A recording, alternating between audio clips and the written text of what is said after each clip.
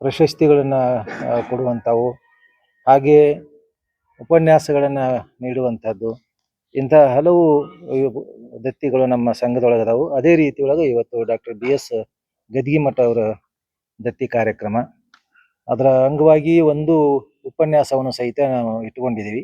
Doctor BS ಗದ್ಗಿಮಠ ಜಾನಪದ ಜೀವಾಳ ಅನ್ನೋ ವಿಷಯದ ಮೇಲೆ ನಾವು ಒಂದು ಉಪನ್ಯಾಸಕರನ್ನು ಕರೆಸಿ ಅವನನ್ನು ಈ ವಿಷಯದ ಮೇಲೆ ಮಾತಾಡ್ಸ್ಲಿಕ್ಕೆ ಹಚ್ಚಿದ್ದೀವಿ.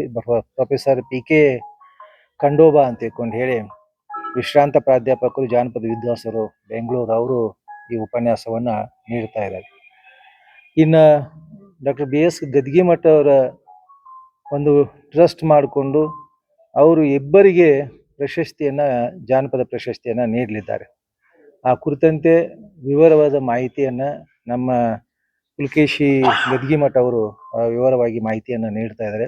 ದಯವಿಟ್ಟು ಆ ಮಾಹಿತಿಯನ್ನು ತಾವು ಸ್ವೀಕರಿಸಬೇಕು ಅಂತ ಕೇಳ್ಕೊತಾ, ಗದ್ಗಿಮಠ ಸರ್ ದಯವಿಟ್ಟು ಮಾಹಿತಿಯನ್ನು ಒದಗಿಸ್ಬೇಕು. ಈ ಪತ್ರಿಕಾಗೋಷ್ಠಿಗೆ ತಮ್ಮೆಲ್ಲರಿಗೂ ಸ್ವಾಗತ. ಈಗಾಗಲೇ ನಮ್ಮ ಶಂಕರ್ ಅಲ್ಗತ್ತಿಯವರು ದತ್ತಿ ಕಾರ್ಯಕ್ರಮದ ಬಗ್ಗೆ ಹೇಳಿದ್ದಾರೆ. ಸಮರ್ಪಣಾ ಡಾಕ್ಟರ್ BS ಗದ್ಗಿಮಠ್ ಹಾಗೂ ಶ್ರೀಮತಿ ಅನುಸೂಯ ಗದ್ಗಿಮಠ್, ಇದು ಒಂದು ಕರ್ನಾಟಕ ರಾಜ್ಯದ ಚಾರಿಟೇಬಲ್ ಟ್ರಸ್ಟ್ ಆ್ಯಕ್ಟ್ನಲ್ಲಿ ನೋಂದಾಯಿತವಾದಂಥ ಒಂದು ಚಾರಿಟೇಬಲ್ ಟ್ರಸ್ಟ್, 100% ಚಾರಿಟೇಬಲ್ ಟ್ರಸ್ಟ್. ಇದು ಅಲ್ಲದೆ ಇದು ನೀತಿ ಆಯೋಗದಿಂದ UID ಮಾನ್ಯತೆಯನ್ನು ಪಡೆದಂಥ ಒಂದು ಟ್ರಸ್ಟ್ ಆಗಿದೆ. 4 ವರ್ಷದ ಹಿಂದೆ ಇದನ್ನು ನಾವು ಎಸ್ಟಾಬ್ಲಿಷ್ ಮಾಡಿದ್ದೇವೆ. ಅನೇಕ ಸಮಾಜಕ್ಕೆ ಒಳ್ಳೆಯವಾಗುವಂಥ ಕಾರ್ಯಕ್ರಮಗಳನ್ನು ನಾವು ಹಮ್ಮಿಕೊಂಡಿದ್ದೇವೆ. ಈಗ ಸಾಹೇಬರು ಹೇಳಿದಂಗೆ ಇಲ್ಲಿ ಒಂದು ದತ್ತಿ ಕಾರ್ಯಕ್ರಮ ಇಟ್ಟಿದ್ದೇವೆ. ಇದಕ್ಕಿಂತ ಮೊದಲು ನಾವು ಜಾನಪದ ವಿಶ್ವವಿದ್ಯಾಲಯದಲ್ಲಿ ಡಾಕ್ಟರ್ BS ಗದ್ಗಿಮಠರ ಹೆಸರಲ್ಲಿ ಒಂದು ದತ್ತಿಯನ್ನು ಆಗಲೇ ಸ್ಥಾಪನೆ ಮಾಡಿದ್ದೇವೆ. ಅದು ಅಲ್ಲದೆ ಅದೇ ವಿಶ್ವವಿದ್ಯಾಲಯದಲ್ಲಿ ಒಂದು ಗೋಲ್ಡ್ ಮೆಡಲನ್ನು ಸಹಿತ ದಿ ಬೆಸ್ಟ್ ಕ್ಯಾಂಡಿಡೇಟ್ ಇನ್ ಜಾನಪದ ಇಂದ MAದಲ್ಲಿ ಹೆಚ್ಚಿನ ಅಂಕಗಳನ್ನು ಪಡೆದಂಥ ವಿದ್ಯಾರ್ಥಿಗೆ ನಾವು ಡಾಕ್ಟರ್ BS ಗದ್ಗಿಮಠರ ಇದನ್ನೇನೋ ಗೋಲ್ಡ್ ಮೆಡಲ್ ಸಹಿತ ಕೊಡ್ತಾ ಇದ್ದೇವೆ. ಇದು ಅಲ್ಲದೆ ನಾವು ಮೂಲ ಜಾನಪದ ಹಾಡುಗಳು, ಮೂಲ ಜಾನಪದ ಸಾಹಿತ್ಯ, ಮೂಲ ಜಾನಪದ ಕಲೆಗಳನ್ನು ಸಾಕ್ಷ್ಯ ಸಂಕಲನ ಮಾಡೋದು. ಸಾಕ್ಷ್ಯ ಸಂಕಲನ ಅಂದರೆ ಸಂಗ್ರಹ ಅಲ್ಲ, ಅದೇ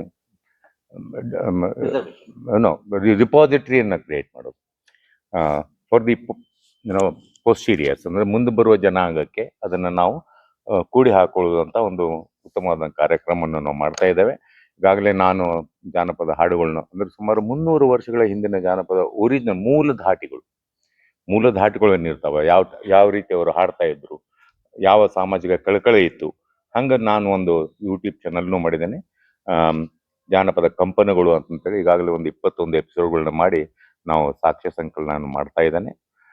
ಅದು ಅಲ್ಲದೆ ಇನ್ನು ಮುಂದೆ ಬರುವ ದಿನಗಳಲ್ಲಿ ಸುಮಾರಾಗಿ 100ರಿಂದ 200 ಇಂಥ ಸಾಕ್ಷ್ಯ ಸಂಕಲನಗಳನ್ನು ನಾವು ಮಾಡುವ ಒಂದು ಪ್ರಯತ್ನವನ್ನು ಮಾಡ್ತಾ ಇದ್ದೇವೆ. ಅದು ಅಲ್ಲದೆ ಡಾಕ್ಟರ್ BS ಗದ್ಗಿಮಠರ ಪಬ್ಲಿಷ್ಡ್ ಆದಂಥ ಪುಸ್ತಕಗಳನ್ನು ಮರುಪ್ರಕಟಣೆ ಮಾಡ್ತಾ ಇದ್ದೇವೆ. ಅವರು ಅನ್ಪಬ್ಲಿಷ್ಡ್ ವರ್ಕ್ ಏನಿಲ್ಲ ಅಂತಂದ್ರು ಡಾಕ್ಟರ್ BS ಗದ್ಗಿಮಠರು ತಿಳ್ಕೊಂಡಿದ್ದು 1960ರಲ್ಲಿ. ಡಾಕ್ಟರ್ BS ಗದ್ಗಿಮಠರು ಕರ್ನಾಟಕ ವಿಶ್ವವಿದ್ಯಾಲಯ ಸ್ಥಾಪಿತವಾಗಿದ್ದು 1949ರಲ್ಲಿ. 1949ರಲ್ಲಿ ಪ್ರಾರಂಭವಾದಂಥ ವಿಶ್ವವಿದ್ಯಾಲಯವು ಪ್ರಪ್ರಥಮವಾಗಿ ಡಾಕ್ಟರೇಟ್ ಪದವಿಯನ್ನು ಕೊಟ್ಟದ್ದು ಡಾಕ್ಟರ್ BS ಗದ್ಗಿಮಠರಿಗೆ. ಕರ್ನಾಟಕ ವಿಶ್ವವಿದ್ಯಾಲಯದಿಂದ ಪ್ರಪ್ರಥಮವಾಗಿ ಹೊರಬಂದ ಡಾಕ್ಟರೇಟ್ ಪದವಿ ಡಾಕ್ಟರ್ BS ಗದ್ಗಿಮಠರದು. ಅದು ಯಾವ ವಿಷಯದಲ್ಲಿ? ಜಾನಪದ ಸಾಹಿತ್ಯ ವಿಷಯದಲ್ಲಿ ಬಂದಿದೆ. ತಮ್ಮ PhD ಥೀಸಿಸನ್ನು ಸಬ್ಮಿಟ್ ಮಾಡ್ತಾರೆ. ಆಗಿನ ಕಾಲದಲ್ಲಿ ಈ ಟೈಪಿಂಗ್ ಫೆಸಿಲಿಟಿ ಏನೂ ಇದ್ದಿಲ್ಲ. ಅಂತ ಒಂದು ಕಾಲದಲ್ಲಿ 700 ಪುಟಗಳಂತ ಒಂದು ಥೀಸಸ್ಸನ್ನು ಕೈಯಿಂದ ಬರೆದು ಅದರ 8 ಪ್ರತಿಗಳನ್ನು ಮಾಡಿ ಯೂನಿವರ್ಸಿಟಿಗೆ ಸಬ್ಮಿಟ್ ಮಾಡ್ತಾರೆ. ಸದ್ಯದಲ್ಲಿ ಕರ್ನಾಟಕ ಯೂನಿವರ್ಸಿಟಿಯಲ್ಲಿ 2 ಪ್ರತಿಗಳು ಇದಾವೆ, ನಮ್ಮಲ್ಲಿ 2 ಪ್ರತಿಗಳು ಇದಾವೆ, ಮೈಸೂರು ವಿಶ್ವವಿದ್ಯಾಲಯ ಒಂದು ಪ್ರತಿಯನ್ನು ಕೊಟ್ಟಿದ್ದಾರೆ, ಗುಲ್ಬರ್ಗಾ ಯೂನಿವರ್ಸಿಟಿಯಲ್ಲಿ ಹಿಂಗೆ ಮಾಡಿದ್ದಾರೆ. 1954ರಲ್ಲಿ ಕರ್ನಾಟಕ ವಿಶ್ವವಿದ್ಯಾಲಯದಿಂದ ಪ್ರಪ್ರಥಮವಾಗಿ ಹೊರಬಂದಂಥ ಡಾಕ್ಟರೇಟ್ ಪದವಿ ಅಂತಂದರೆ ಡಾಕ್ಟರ್ BS ಗದ್ಗಿಮಠರು. ಇದೂ ಅಲ್ಲದೆ ಇದಕ್ಕಿಂತ ಮಹತ್ವವಾದ ವಿಷಯ ಅಂದರೆ ಜಾನಪದ ವಿಷಯದಲ್ಲಿ ಪ್ರಪ್ರಥಮವಾಗಿ ಪೂರಾ ನಮ್ಮ ಭಾರತ ದೇಶದಲ್ಲಿ ಹೊರಬಂದಂಥ ಮೊದಲನೇ ಡಾಕ್ಟರೇಟ್ ಸಹಿತ ಡಾಕ್ಟರ್ BS ಗದ್ಗಿಮಠರು. ಅನ್ಫಾರ್ಚುನೇಟ್ಲಿ ಅವರು 1960ರಲ್ಲಿ ಅವರು ತುಂಬ ಕಿರಿಯ ವಯಸ್ಸು, 43ನೇ ವರ್ಷದಲ್ಲಿ ಹೃದಯಾಘಾತದಿಂದ ತೀರ್ಕೊಂಡ್ಬಿಡ್ತಾರೆ. ಅವರು ಅನೇಕ ಅನ್ಪಬ್ಲಿಷ್ಡ್ ಪಬ್ಲಿಷ್ಡ್ ವರ್ಕನ್ನು ಒಂದು ಸ್ಮಾಲ್ ರೂಪದಲ್ಲಿ ಕನ್ನಡ ಜಾನಪದ ಗೀತೆಗಳು ಅಂತ 1963ರಲ್ಲಿ ಕರ್ನಾಟಕ ವಿಶ್ವವಿದ್ಯಾಲಯವರು ಹೊರತಂದಿದ್ದಾರೆ. ಅದು ಅಲ್ಲದೆ ಅವರು ಸುಮಾರಾಗಿ 7ರಿಂದ 8 ಪಬ್ಲಿಕೇಶನ್ಸ್ ಅದು ಮೊದಲೇ ತಂದಿದ್ರು.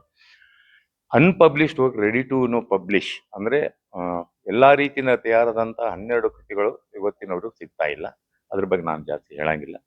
ಸುಮಾರಾಗಿ 45 ಅವರ ಜಾನಪದದ ಮೇಲೆ ಹಾಗೂ ವಚನ ಸಾಹಿತ್ಯದ ಮೇಲೆ, ಸಾಮಾಜಿಕ ಕಳಕಳಿಯ ಮೇಲೆ 45 ಆರ್ಟಿಕಲ್ಸ್ ಬರೆದಾರೆ. ಪ್ರಚಲಿತ ಆಗಿನ ಕಾಲದಲ್ಲಿ ಜರ್ನಲ್ಸ್ ಏನಂತ ಹೇಳ್ತೇವೆ ನಾವು, ವಿಭೂತಿ ಅಂತನ್ರಿ, ಅಲ್ಲ ಸುಜಾತ ಅಂತ ಹೇಳ್ರಿ, ಇಂಥ ಜರ್ನಲ್ ಅಲ್ಲಿ ಮಾಡಿದ್ದಾರೆ. ಅವನ್ನೆಲ್ಲವನ್ನು ಕಲೆ ಹಾಕಿ ನಾವು ಮತ್ತೊಂದು ಪಬ್ಲಿಕೇಶನ್ ತರ್ತಾ ಇದ್ದೇವೆ.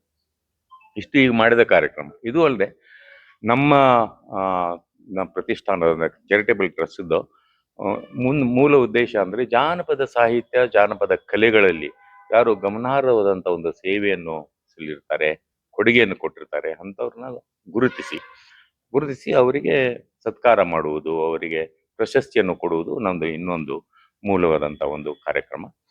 ಈ ನಿಟ್ಟಿನಲ್ಲಿ ಇದೇ 1 ವರ್ಷದ ಹಿಂದೆ ಇದೇ ವಿದ್ಯಾವರ್ಧಕ ಸಂಘದಲ್ಲಿ ನಾವು ಒಂದು ಅನೌನ್ಸ್ಮೆಂಟ್ ಮಾಡಿದ್ದೀವಿ.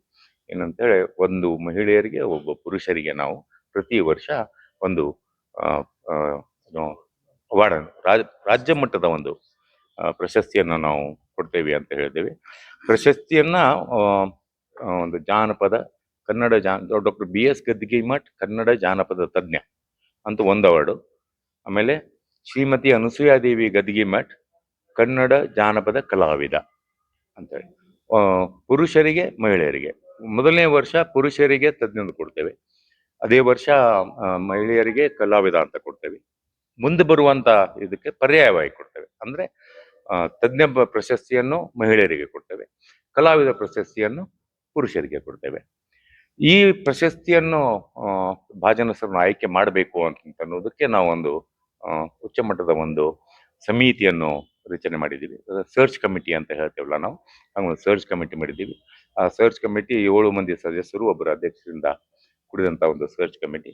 ಅವ್ರು ಸರ್ಚ್ ಕಮಿಟಿ ಕೊಟ್ಟು ನೀವು ನಮಗೆ ಹೇಳ್ಬಿಡ್ರಿ ಅಂತ ಹೇಳಿದ್ರು. ಅವರು ಸರ್ಚ್ ಕಮಿಟಿ ಅವರು 2 ಸತಿ ಕೂಡ್ಕೊಂಡು ಫೈನಲ್ ಆಗಿ ಒಂದು ಲಿಸ್ಟ್ ಅನ್ನು ನಮಗೆ ಸಬ್ಮಿಟ್ ಮಾಡಿದ್ರು. ಆ ಲಿಸ್ಟ್ ಕಂಟೇನ್ಸ್ ಓನ್ಲಿ 2 ಹೆಸರುಗಳು. ನಾವು ಒಬ್ಬರು ತಜ್ಞರು, ಒಬ್ಬರು ಕಲಾವಿದರನ್ನ ಕೊಟ್ಟಿದ್ರು. ಅದನ್ನು ನಾವು ಟ್ರಸ್ಟ್ ಯಾವುದೇ ಲಾಜ್ ಇಲ್ಲದೆ, ಯಾವುದೇ ಇದಿಲ್ಲದೆ ನಾನು ಒಪ್ಪಿಕೊಂಡಿದ್ದೇವೆ.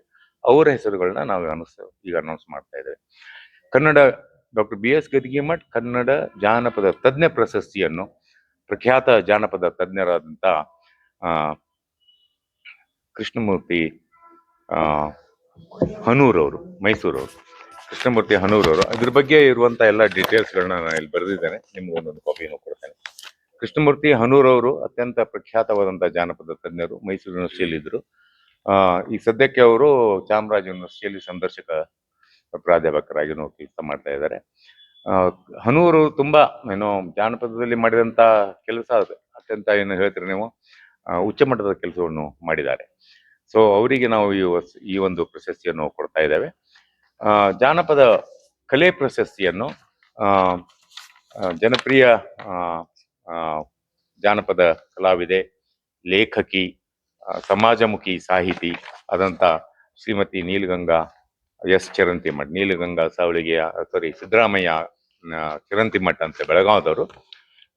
ಅವ್ರದ್ದು ಇತ್ತೀಚೆಗೆ ಅವ್ರದ್ದೊಂದು ಜಾನಪದ ಕತೆ ಚುರುಮರಿಯ ಅಂತ ಹೇಳೋ ಒಂದು ಕತೆ, ಅದು ಅಂತಾರಾಷ್ಟ್ರೀಯ ಫಿಲ್ಮ್ ಫೆಸ್ಟಿವಲ್ಗೆ ಸೆಲೆಕ್ಟ್ ಆಗಿದೆ. ಚುರುಮರಿಯ ಅಂತ ಅನ್ನೋದು ಜಾನಪದ ಕತೆ. ಇವರು ಒರಿಜಿನಲ್ ಏನು ಸುಮಾರಾಗಿ 300 ವರ್ಷಗಳ ಹಿಂದೆ ಇರುವಂತಹ ಮೂಲ ಜಾನಪದ ಹಾಡುಗಳ ಧಾಟಿ ಐತಲ್ಲ, ಆ ಧಾಟಿಗಳನ್ನ ಎಲ್ಲಾನು ಇವರು ಹೇಳ್ತಾ ಇದ್ದಾರೆ. ಇವರು ಅದರಲ್ಲೆಲ್ಲ ಅವರು ಡೀಟೇಲ್ಸ್ ಅನ್ನು ಕೊಟ್ಟಿದ್ದಾರೆ. ಸೊ ಈ ಪ್ರಶಸ್ತಿ ಅಂತಂದ್ರೆ 20,000 ರೂಪಾಯಿ ನಗದು ಹಣ, ಒಂದು ಪ್ಲೇಕು, ಒಂದು ಸರ್ಟಿಫಿಕೇಟ್, ಆಮೇಲೆ ಒಂದು ನೀವು ಸ್ಮರಣಿಕೆ ಅಂತೀರಿ, ನಾವು ಸ್ಮರಣಿಕೆ ಅನ್ನಂಗಿಲ್ಲ, ಅದಕ್ಕೆ ಸೈಟೇಷನ್ ಅಂತ ಇರ್ತೇವೆ, ಒಂದು ಅಭಿನಂದನಾ ಪತ್ರ, ಆಮೇಲೆ ಸನ್ಮಾನ.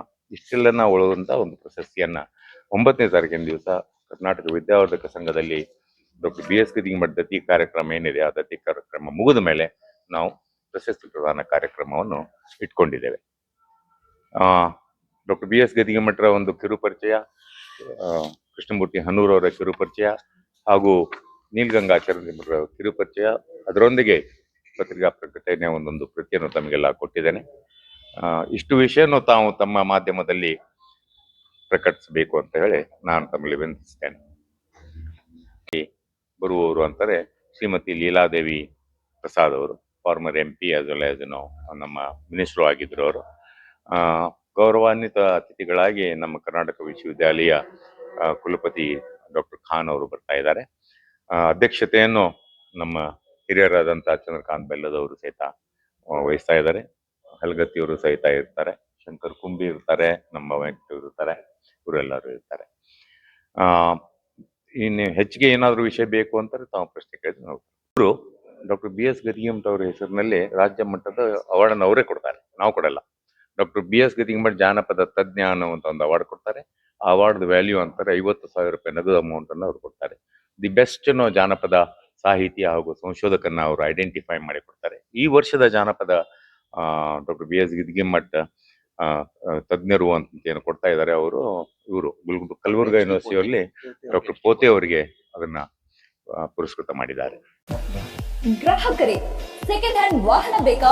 ಕಾರ್ ಮತ್ತು ಬೈಕ್ ಬೇಕಾದರೆ ನ್ಯಾಷನಲ್ ಆಟೋ ಕನ್ಸಲ್ಟೆಂಟ್ಗೆ ಭೇಟಿ ನೀಡಿ. ಇಲ್ಲಿ ಎಲ್ಲ ತರಹದ ಸೆಕೆಂಡ್ ಹ್ಯಾಂಡ್ ಬೈಕ್ ಮತ್ತು ಕಾರುಗಳು ಸಿಗುತ್ತದೆ. ವಿಶೇಷವೇನೆಂದರೆ ಲೋನ್ ಮೂಲಕ ವಾಹನ ಖರೀದಿ ಮಾಡಬಹುದು. ನೀವು ಭೇಟಿ ನೀಡಬೇಕಾದ ಸ್ಥಳ old DSP circle, BSL office near KC park, Dharwad. Mobile ಸಂಖ್ಯೆ 7348821313 9008447288.